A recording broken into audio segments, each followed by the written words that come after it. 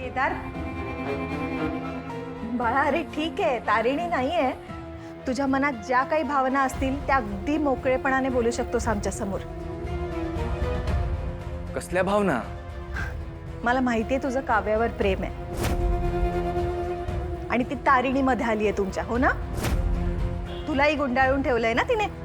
मी काय म्हणते, तू ना तिला सरळ सांगून टाक खरं काय ते. आम्ही आहोत ना तुझ्या बरोबर. बस. आत्या तुमच्या वयाचा मान ठेवून मी, पण तारिणीबद्दल मी एकही चुकीचा शब्द ऐकून घेणार नाहीये.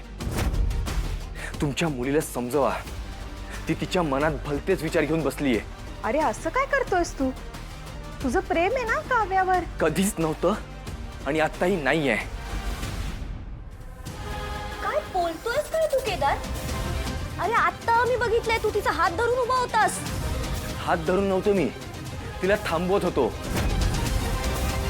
दुसऱ्यांच्या रूम मध्ये जाऊन दुसऱ्यांच्या गोष्टीला हात लावत नसतात एवढं साधं कॉमन सेन्स नाहीये तिला. आणि ही माझी आणि तारिणीची पर्सनल स्पेस आहे, त्यामध्ये ही कशाला येते मग? आता तुम्हाला तुमच्या मुलीसमोर समजवतो, माझं तुमच्या मुलीवर प्रेम नाहीये. माझं फक्त तारिणीवर प्रेम आहे आणि शेवटच्या श्वासापर्यंत राहील. ही काव्या तर तिच्या भ्रमात आहेच, पण मला या गोष्टीचं आश्चर्य वाटतंय की तुम्हाला सगळं माहिती असून सुद्धा तुम्ही या गोष्टीला बढावा देताय. तुम्हाला काय वाटतंय?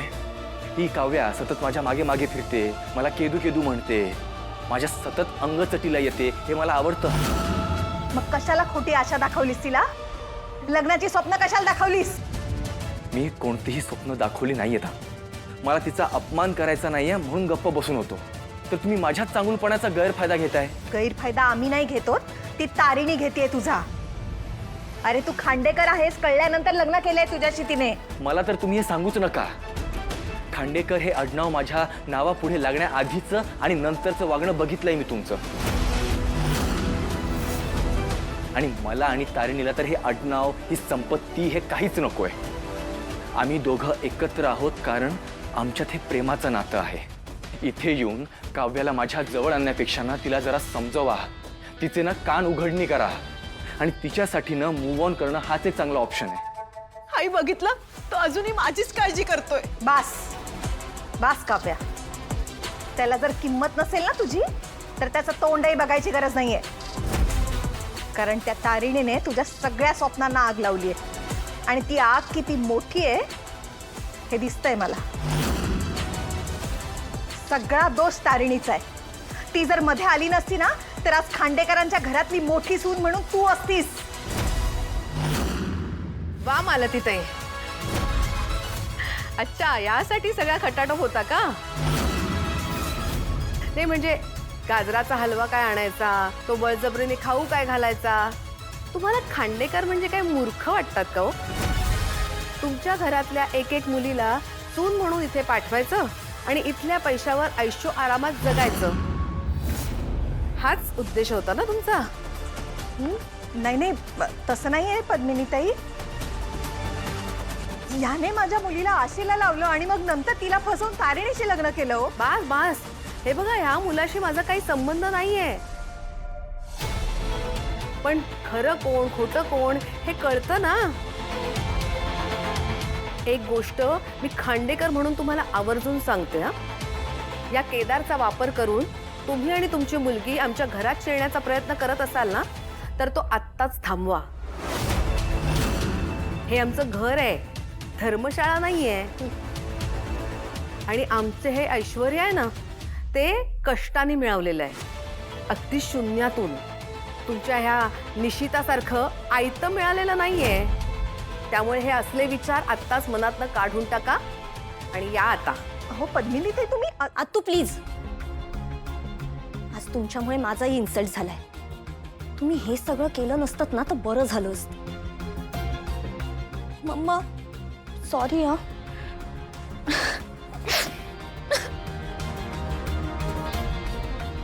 काव्या चल चल म्हणते ना. आई, तू या घरात आल्यापासून एक दिवसही शांतता नाहीये या घरात. या आधी सगळं व्यवस्थित चालू होतं.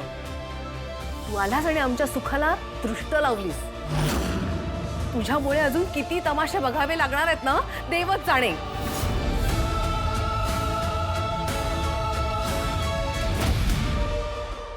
आई चल.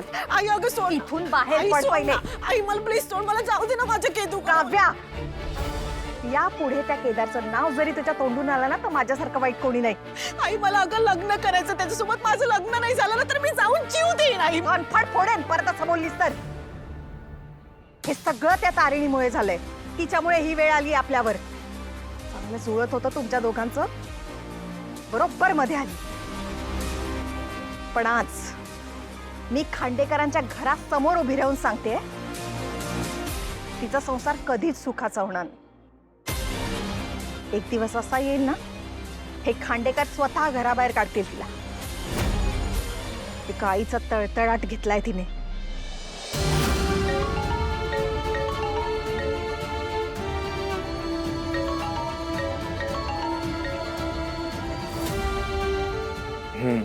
सॉरी सॉरी सॉरी केदार, मला खूप उशीर झाला इकडनं निघायला, पण मी पोचतेच आहे.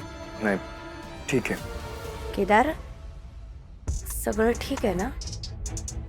म्हणजे तुला कोणी काही बोललंय का? नाही नाही, असं काही नाही. खरं खरं सांग, तुझा आवाज असा काय येतोय? तू ये घरी, आधी आल्यावर बोलूया. तू तू शांत हो बरं, आणि मला व्यवस्थित सांग काय झालंय. तू इथे नाहीयेस हे समजल्यावर तुझी बहीण काव्या आणि मालती आत्ता इकडे आल्या होत्या.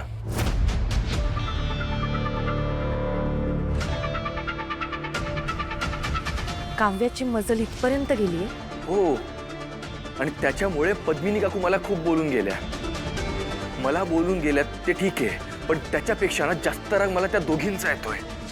अगं बॉस, तुझी आत्या आणि तुझी बहीण त्यांच्या स्वतःच्या स्वार्थामुळे तुझा संसार मोडायला निघाल्यात. आपलं सत्य आपल्याला जरी माहिती असलं तरी अशी कशी ही माणसं? आणि या माणसांसाठी तू एवढी वर्ष प्रेमाने सगळं काही केलंस, पण या माणसांना त्या गोष्टीची जरा पण किंमत नाहीये. त्यासाठी माझा वापर करून घेत आहेत. माझा काहीही रिस्पेक्ट न ठेवता ती काव्या हवं तेव्हा माझ्या अंगाशी उभी राहते. घाण वाटतं मला ते खूप. या सगळ्या गोष्टींचा त्रास मला होत होता तोपर्यंत ठीक होतं, पण आता ह्या सगळ्या गोष्टींचा त्रास तुला होतोय हे मला नाही चालणार. काव्याचं ठीक आहे, ती लहान आहे, पण आत्याला तरी कळायला हवं ना. आता शांत बसून नाही चालणार आहे. पाणी नाकापर्यंत आलंय, ते डोक्यावरून जाऊ नाही द्यायचं आपण. त्यांना वेळीच समज द्यायला हवी. म्हणजे काय करणार आहेस तू? तू टेन्शन घेऊ नकोस, मी बघते काय करायचं. बाय. Hello boss, hello.